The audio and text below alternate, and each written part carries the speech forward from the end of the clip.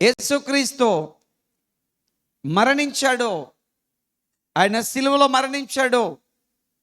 ఆ సిలువలో 6 గంటలు ఆయన వేదన అనుభవించి ఆయన చివరికి తాను దేవునికి అప్పగించుకున్నాడు, మరణించాడు, ఆయన సమాధి చేయబడ్డాడు అని చెప్పేసి దేవుని వాక్యము తెలియచేస్తూ ఉంది. అదే విషయాన్ని ప్రభు కూడా స్వయంగా తెలియచేస్తూ ఉన్నాడు. ప్రభు ఏమంటున్నాడు అంటే, నేను మొదటి వాడను, కడపటి వాడను. I am the beginning and ending. నేనే అల్ఫా ఒమేగా, నేనే స్టార్టింగ్, నేనే ఎండింగ్, నేనే ఫస్ట్, నేనే లాస్ట్. ఎవరు చెప్పగలరు ఈ మాట? దేవుడు కానివాడు ఎవడైనా చెప్పగలడా?